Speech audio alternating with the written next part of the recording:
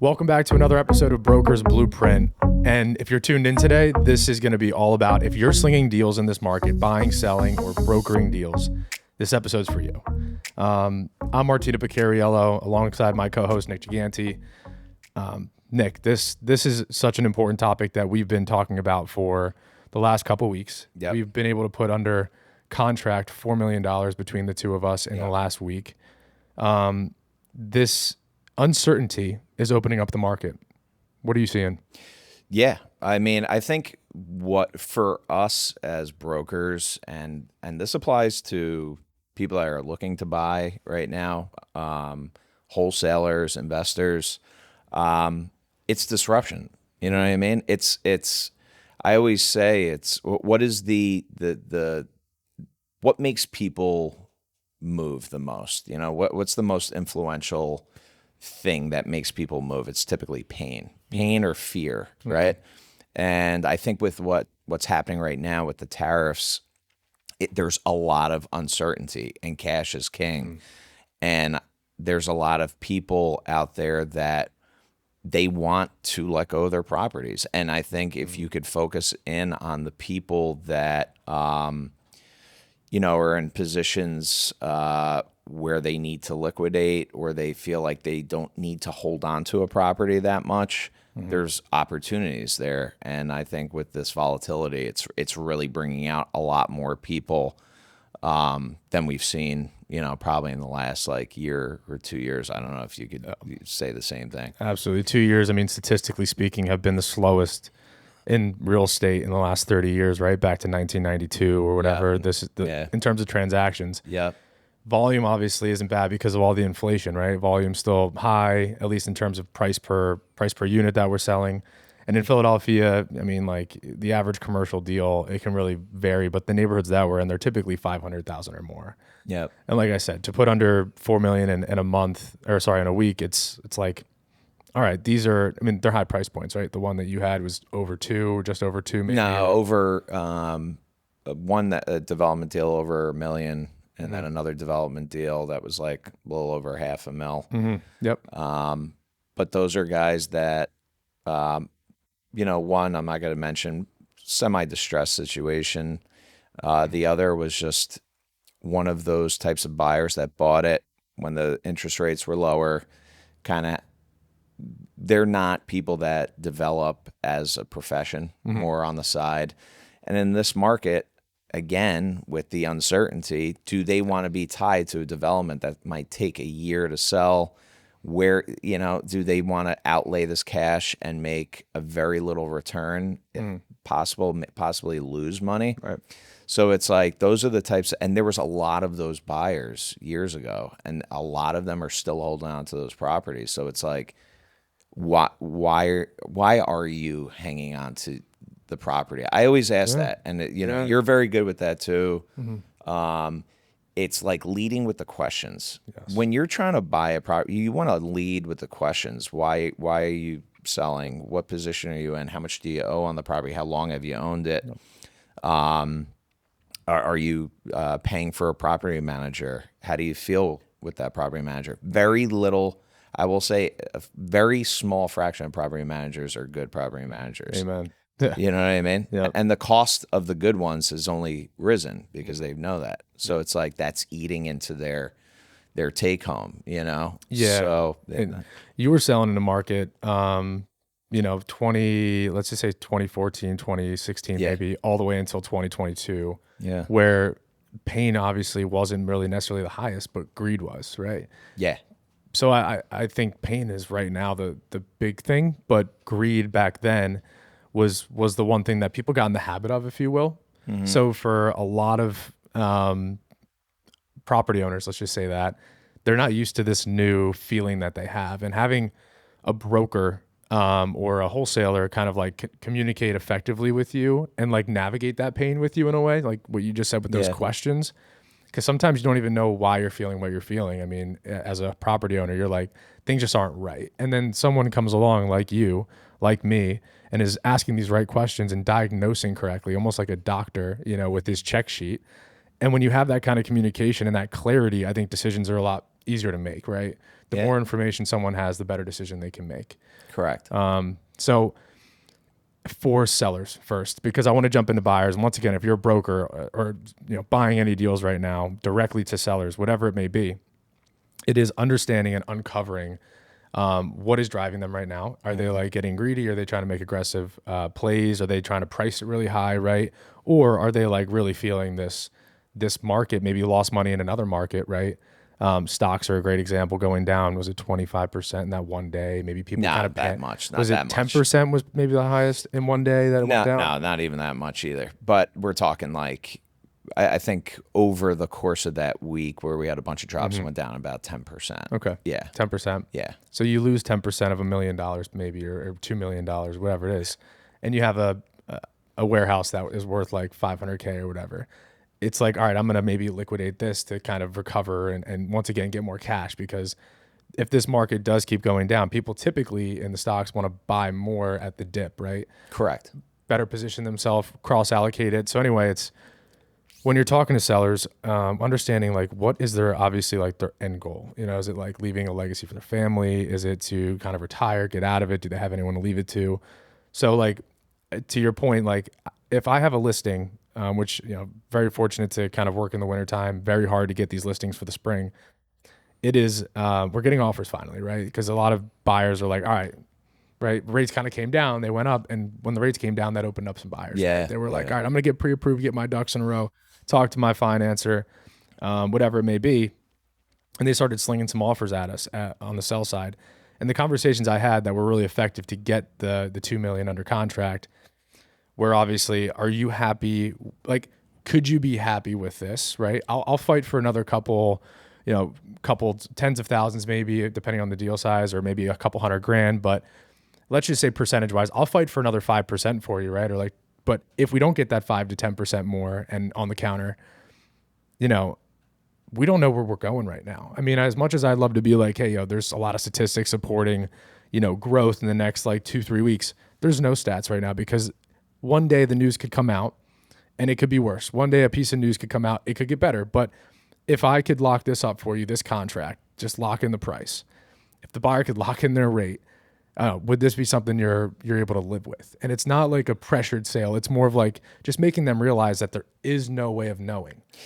You know what I mean? Yeah. I think that is the perfect way to go about it. And it's not like you're being untruthful. It's the truth. It's to a certain degree, what I usually tell sellers is, with a market like this, where it is up and down, the rates, the 10-year treasury was down below 3, then it shot back up. You're talking like people locking in at 5.99, 6%. Now we're above 7%. That's a lot of money on a 30-year mortgage. Yep. It's about hedging your risk. You know what I mean? And people constantly for years, and you'll find certain people that are so focused on the price. But at the end of the day, especially in a market like this, cash is king, and you want to hedge your risk as a seller. Lock it in. If the terms are good, right, and that will go back to the buyer side. What I'm focusing on, if I don't work with many buyers, but if I was, it's all about the terms, how quick to close. If the price is a little bit lower, but they have a very straightforward deal, cash, quick close, that is almost as important as the price. So it's again, for the seller, it's hedging their risk, but it's also understanding exactly where they are sitting. Like you said, we saw a huge appreciation in real estate the last 10 years. It's kind of flatlining right now with the high interest rates and the big R word that everybody's afraid of, which is a recession. So it's like, if you have all this equity that is in this building, you could either do two things. You could, borrow against it to buy something else or to do something with that money, right? Or you could sell the property and literally just place your money into 3-month and 6-month T-bills and be making 6% on your money. Right. So it's like, some people are just, they're attached to their property, and it's not beneficial to them. It's not doing anything for them anymore, So I think it's understanding that whole, what would be the word?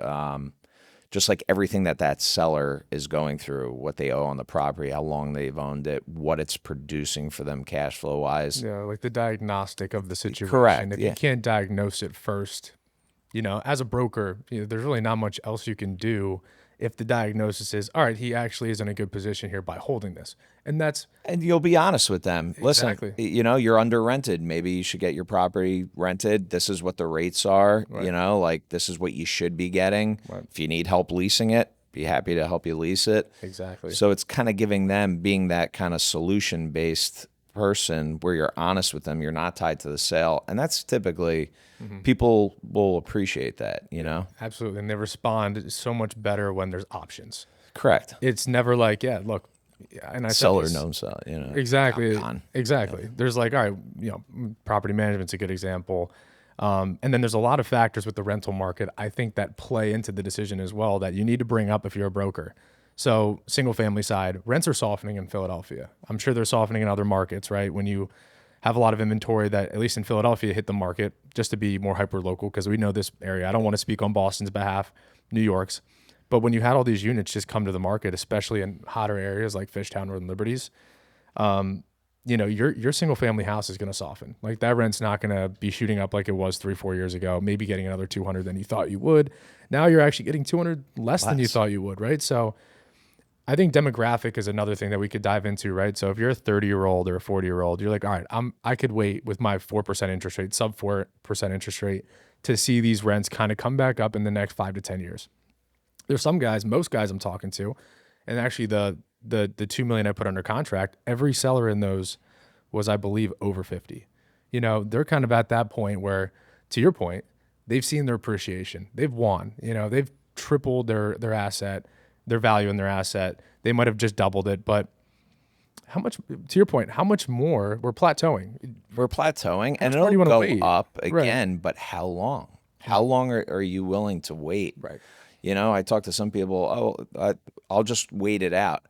That's fine. It's fine. But right now, you might have to wait 3 to 5 years. And if you're cool with that, with lower rents, and lower cash flow in that regard, and you're willing to wait it out, then that's fine. Absolutely. Or it could be as simple, like you said, you sell, you put your money somewhere else where it's still going to make you money, which I think is a much better choice personally, because I'm in that position right now where I could probably sell something and put it there, right? But I'm also 27 years old. I'm not in a position where I'm like, I'm done. I'm just getting started. So my decisions need to be long-term decisions. Whereas, people that are in their 50s, 60s, plus, their decisions are, unfortunately, like they've kind of made their decisions already, and they've made good ones. Yep. And reminding them that it is so important as well. Like, you've won, man. This isn't really a loss if you really think about the grand scheme of where you started. Yeah, Correct. where we were 2 years ago, there's a little loss there, maybe 5 to 10% in some areas, but like instead of getting 300 on a property, you're locking it up at 280. And at the end of the day, it's like still $150,000 more than what you bought it for. Correct. So reminding them of all of these factors, and then the rental market, those factors really will allow them to make a better decision, which typically ends up in either a sale, a lease, or maybe a HELOC where they can go buy more properties. So once again, value from all sides. And it all starts with being, educational first. You cannot be salesy. You cannot be charismatic in these times where it's like, hey, sometimes it's, hey man, yeah, right. And bringing that tonality of just like, I give a shit about what your big outcome is, not just this one sale. So Correct.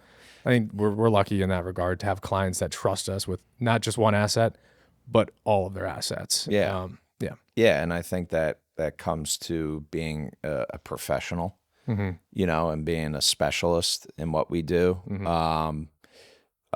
Where we're trying to be solutions based. We're trying to figure out solutions for them in order to make a better financial decision. If again, selling is not a good financial decision, I'll be the first to be very honest with people. And again, they'll appreciate that. But now, if you're looking for deals right now, you just said it, guy 50 years old, the baby boomers right now.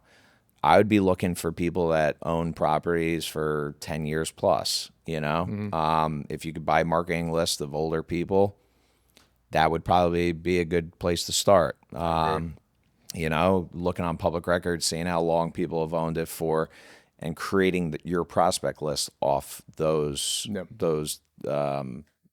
that criteria. That's a great starting point, because there's so many people that ask me all the time, co-brokers, colleagues, right? They're like, where are you getting your clients right now? And it's not necessarily like I'm door knocking every single house I could find. It's being intentional and strategic. And Yeah. Joe said it best when we had Joe Cleary on. Shout out Joe Cleary. Yeah, Cleary. Data wins, man. Data, diving into the data. Yeah. What are you using right now for?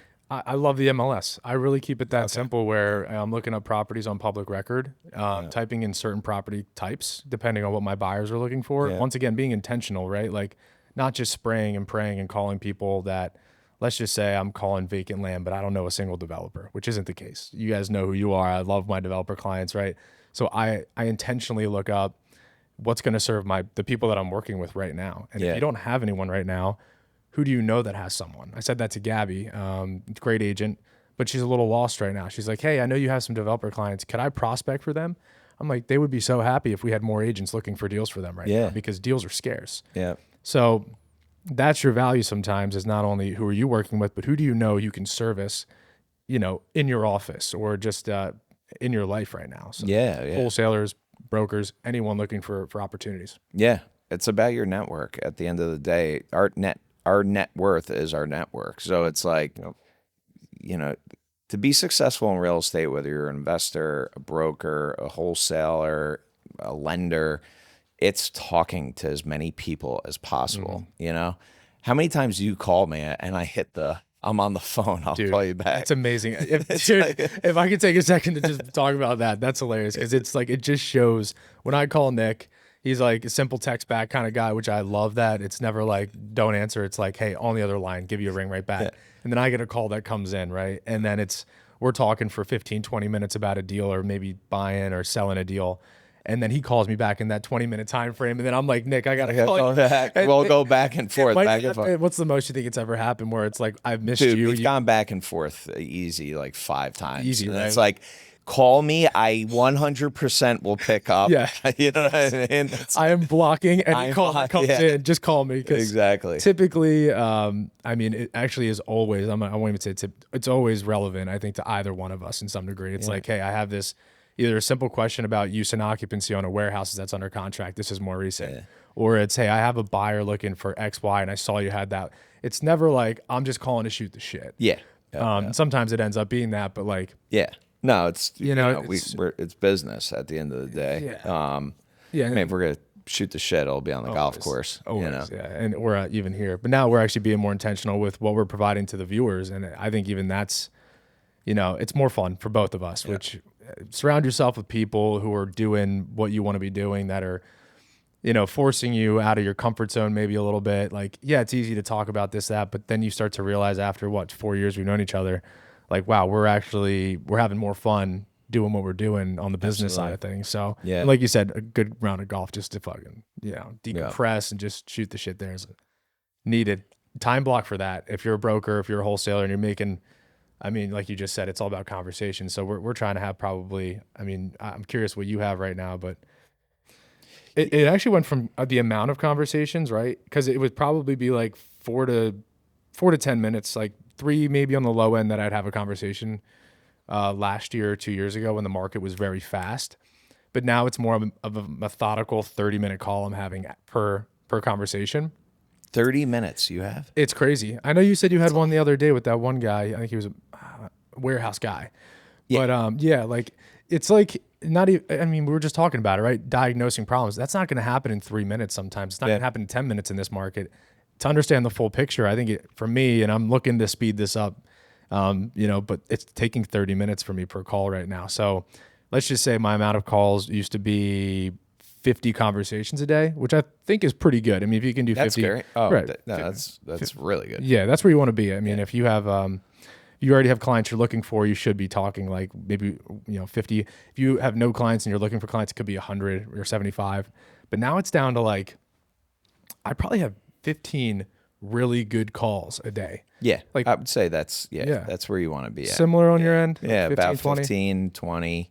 I try to, canvas at least 3 to 5 buildings a week, get 3 to 5 meetings a week. Yeah, If you do that, you'll be successful in real estate. absolutely. You know You'll what I find mean? the opportunities. And it's funny how, like, sometimes those conversations, I want to actually get your take on it. Yeah. Before we flip to, like, if you're working with buyers and negotiating for them, when you're talking with these owners, it can always turn into, I actually have another guy who I'm working with who could use your advice. You ever get that? Oh, yeah. Yeah. 100%. Well, I'll ask that question. Do you want to sell? Are you in the market to like understand what your building is valued at? Yeah. No, I don't want to. I'm not selling. That's fine. Do you have any space that you want to lease right now? Yep. No, I don't. Okay. Well, when is your current lease going to be up? So that I could follow up with you if that's okay, because this is what I do every day. Right. Sure. The lease is up in 2 years or 3 years. Great. Put it in my CRM to follow up with them. By the way, are you in the market to buy anything else right now? Yeah, I buy warehouses or vacant land, whatever. Great. Like, what are your parameters? What are you looking for? Yep. Put that in. And then it's typically, do you know anybody else like in the area? Typically, mostly, industrial guys. They know other guys that are in the area. Do you know anybody else that might be interested in possibly selling right now? Yeah, actually, Joe up the block, I think he's looking to retire, blah, blah, blah. And it's like, great. I appreciate it. I look forward to, keeping in touch with you. And then get that guy's number and then, call him. But it's a series of questions. You know what I mean? Do you want to sell? Do you need help leasing? No. Do you want to buy anything? It was like the great starting spot for rent by owners. Remember the multifamilies? Yeah. I told you about that because they always pick up their phone. They're trying to rent out a unit. Talk to them. Do you have a vacant unit? Again, pain. They're not making the cash flow. Would you be willing to sell it? No. Okay. Do you are you looking to buy any other multifamilies? How many do you own? Get to know them a little bit. All right. What type of multifamilies are you looking to buy? If you're a new agent and they're not looking to do any buying or selling, do you need help renting? So you can build rapport with the rental of their unit. See, if you do a great job at that, why wouldn't they give you the sale when they are looking to sell? That's such a hidden gem for brokers. Like, no one really looks at.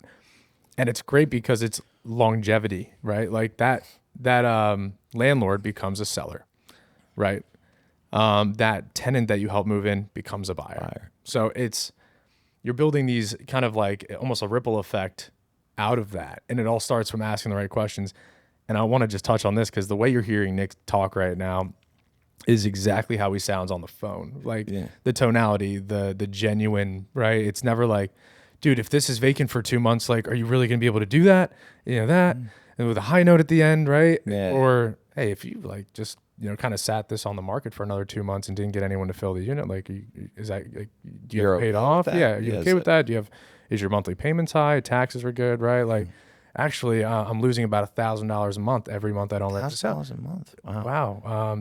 Mr. Landlord, Mr. Seller, whatever.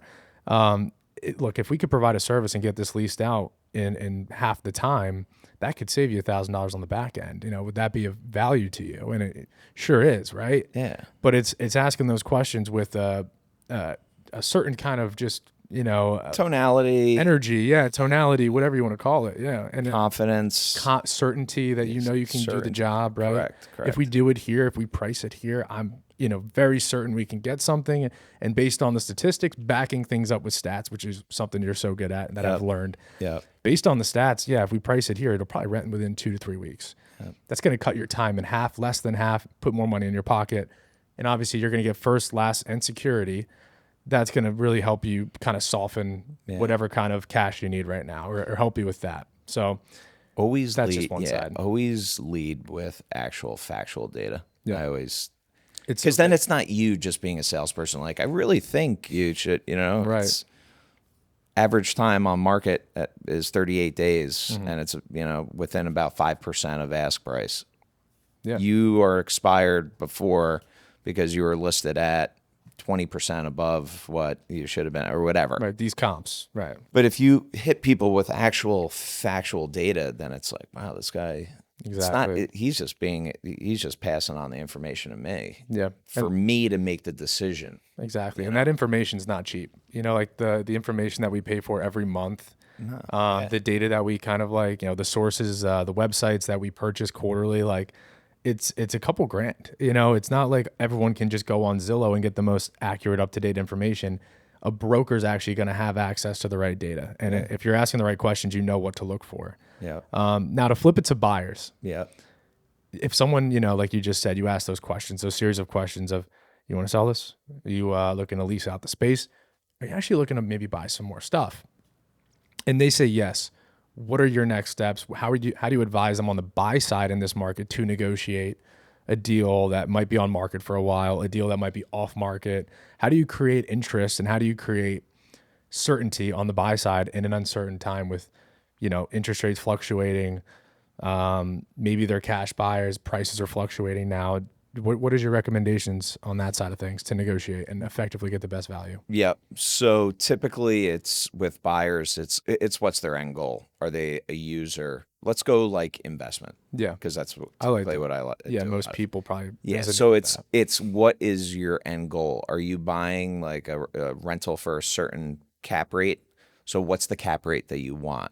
What's the areas that you're trying to locate? Because they always correlate, right? You want a 9 or 10 cap, you're not going to really be in Rittenhouse Square or Absolutely Washington, not. right? That's like a 6.5 right now for like a prime building. Right. Maybe Brewery Town or Point Breeze or, a little deeper south or north of the downtown market. It's west potentially.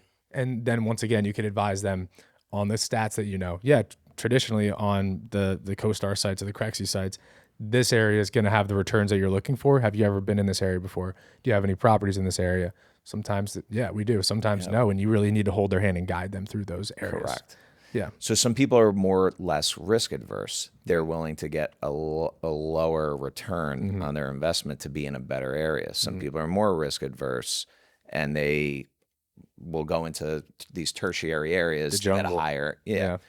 So that's typically where I'll start. But one thing, if there is one thing that we've seen in this market, and I've said it a bunch of times, but again, during COVID, low interest money being thrown out everywhere, valuations were very high. Those valuations have softened. They've come down, but there's still this large bid-ask gap right now. Yeah. What sellers are asking and what buyers are bidding at is still a very large gap. There's a good word for that I just looked up. So it's what is it? Is there an actual term? It's seller expectation and buyer hesitation. So seller expectation, sellers influenced by past market highs, may have inflated price expectations driven by greed. Buyer hesitation, many buyers are apprehensive, fearing overpaying, for an asset. That defines this market. Literally. Buyer hesitation and seller expectation are two things you need to be aware of if you're going to be selling any deals or buying any deals. Correct. You have to. So at the end of the day, it's if you are interested in a property that is overpriced, and I've said it many times, you have to make an offer. You have to make an offer. And don't feel bad about making even a low offer, but offer on the freaking property. You don't know what you don't. If you don't try, you're not gonna know. Yeah. So it's like, oh, it's overpriced. It's like, make an offer. The guy might have been on the market for a year and hasn't gotten one offer, and he's dying for an offer, and he just doesn't want to lower his price because he might not be being advised properly by his agent. And I know you spoke about this in the last podcast with Chris. About, unfortunately, as a broker, sometimes it's a game of telephone and you're working with somebody who isn't as good as you are. And you're like, can I just talk to your client for you? You'll still get paid. You'll still get paid. I want to cut you out of the deal, but let me just talk to this guy and like break it down for him. Yeah. But it's like, focus as a buyer, focus on the terms right now. If you're going to come in low, then do a quick set, quick closing. The terms matching up with the offer. Correct. Yeah. So just have like very aggressive terms if you're going to come in low, and come in with something that might might piss them off, but you don't know right now. And that's really like, that's how I advise people right now. It's like, make freaking offers. Because again, the sellers are always the last people to understand what the intrinsic value of their property is. They don't know because we went through 2 years of stagnation. People aren't throwing offers at them. Right. The only way to understand what the market value of your property is what the market value of a property is, what people will pay for it. If no one's offering on it, then they're like, I don't know, what I think it's worth 1.1 million because I have an appraisal from 2021. I can't tell you how many times I've heard that. It's like, well, I have an appraisal from 2021. It was $3 million. I'm like, dude, we all wish that was still holding true. Yeah. We all wish it on my side, on your side, but at the end of the day, it's just not going to help either party if we're still living in that year. And one big thing that I've been talking to my buyers about is, supply still being limited, right? So if I'm trying to get my buyer to throw in an offer, two things that I'm looking at data-wise is, what did they buy it for? I'll look up on the public record. Yeah. The property that we're offering on was purchased back in 2000, let's just say 12. They bought it for $100,000. It's now worth, in our eyes, $225,000, and they're asking $275,000. I don't know where this listing agent got the price of $275,000, probably an appraisal from 2021, right? Or some kind of comp from then. And then, so looking at that number first, what did they buy it for as a seller? Because that they're going to have to look at their capital gain, right?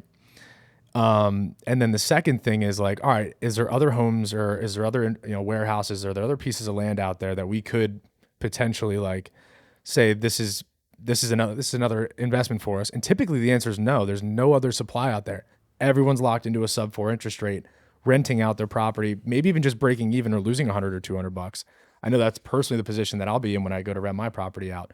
I'm going to break even. I'm not cash flowing on it, but that's, because of the rate I have, right? You don't want to sell it. I don't want to sell it. It's like almost like free money. Right. So it's like, buyer, Mr. Buyer, Mrs. Buyer, if we could just make this offer at this price and get it, like, let's start at 220, work our way up to 225, 230, see what happens, right? Obviously it's not ideal if like they don't even counter, but to your point, we'll never know. But based off of what they bought it for and based off the other supply that's around, I think this is a good decision for both parties. And once again, advising them on there's probably more factors I'm not thinking of on the spot. I would say how much they owe on the property. They owe their mortgage. They pull mortgage. A HELOC, right? How much they owe, how long have they've owned it, why they're selling. Yeah. You know what I mean? You could literally look at like, oh, they just bought this 2 years ago. And the reason they're probably selling it because they can't even get it rented right now for what they thought. So many different scenarios. That's just one. But, once you can start to piece together these little data points of year purchased, financing on it, et cetera, you can start to see are we wasting our time by putting this in, because maybe they're just going to scoff at us. I just put an offer in, 2 offers for my personal self. We also invest in multifamily, my brother and I put an offer in for something that was purchased 2 years ago for $750, had a 10-year tax payment on it. It was a triplex in Brewerytown. We offered $675 on it. $75,000 less than the guy bought it for. We're just going to throw it out there because maybe taking that small wash for that guy is actually beneficial for him because he wouldn't be selling it within 2 years if he didn't have serious pain back to that point. Correct. And then on the other side, we just saw a property that was purchased for $900,000, plans and all that stuff, but build costs were too high, and the guys who purchased it at $900 made a huge mistake. In my opinion, the land wasn't worth more than $100 a lot. They bought 6 lots at $900. Like, maybe with an interest rate of 2%, it made sense, but now, right, 2 years later. So they're on the market for 1.2 because they want to make 300,000 or whatever. Cover that, yeah. Probably less than that, right, after closing costs and all the fees that they had to go through to get the entitlements. Yep. And we offered 400,000 on it. If you're watching this, you know who you are, the co-broker who literally laughed at me. But I'm like, look, this is where the market is today. And I'm actually starting conversations with them, point being. And I know we have and it might not happen right now. It might not happen now. But that's the thing. It might not happen right now. And that's the other thing for people that are viewing this. It's you might not get an answer right now, but come 4 months, 5 months, he might come back and say, dude, give me 500,000 and we'll get this deal done. Exactly. And it might still work for you. And we could go to 6 probably on the deal, right? But we want him to be like starting to feel that pain. Yeah. And that's how you can really make people make a decision is like, giving it time, right? Not being over aggressive or like, oh, if we don't lock this up today, like, we're walking, right? It's like, hey, this is still going to be there in a couple months. You let us know how this other buyer works out that's apparently close to asking price, but you don't know that. They could just be saying that to get us up. So you have to just really be aggressive on your offers right now and offer the best terms possible to protect yourself in the deal in case the financing doesn't come through or whatever. You can't be going, really too, I don't know how to really word it, but you got to really stay true to what you're looking to do long term or Yeah, short term. yeah. Don't. I would say just be very certain on what you want right now, because you could get burned. The cost of money is just so high right now, and especially if you're doing like a rehab, a fix up. There's again these tariffs. How much are you gonna be paying for appliances? It's all like the little stuff too that adds up. And I know you alluded to that as well. And that's what I'm talking to a lot of guys, and it's just it's the time tax to get your permits and to get things entitled. Takes a very long time. You're just cranking away on on interest, and that's why a lot of the deals that we're putting together, a multifam that I got under contract in West Philly, is 6-unit. That's seller financing. So the guy's putting down less money. He's got a preferred interest rate for 3 years. Nice. That's one way to get deals done. Yep. You know what I mean? If you got somebody that typically owns the building in cash. I love this topic where it's like what's moving and what's not moving. Where should brokers be spending their time right now? I think things are moving in West Philly. I always say West Philly it has the highest economic activity of any area in Philadelphia, other than Center City, you could say. But I mean, you have Children's Hospital of Pennsylvania, best hospital for children in the whole entire country. You have Drexel, you have UPenn. Brandywine Realty is doing a $2 billion renovation on the rail lines over there. So it's like you have people coming and going all the time, like great area for a rental, But again, about getting deals done right now, it's either you're looking for, again, like one way to do it is the seller financing. The other way to do it is if someone's holding land, try to do a joint venture where they're basically you're partnering up with that landowner and saying, listen, I have somebody that knows the entitlement process. They're a builder. They've been through it. They're seasoned professionals. You give your land and then they will do all the entitlements.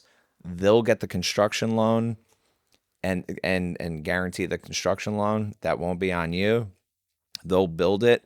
And then whether it's a buy and hold or a flip, you negotiate out the equity that guy's going to get at the end of the day. Either he's going to have equity in the project, he's going to get cash, or he's going to get a mix of cash and equity. Yeah.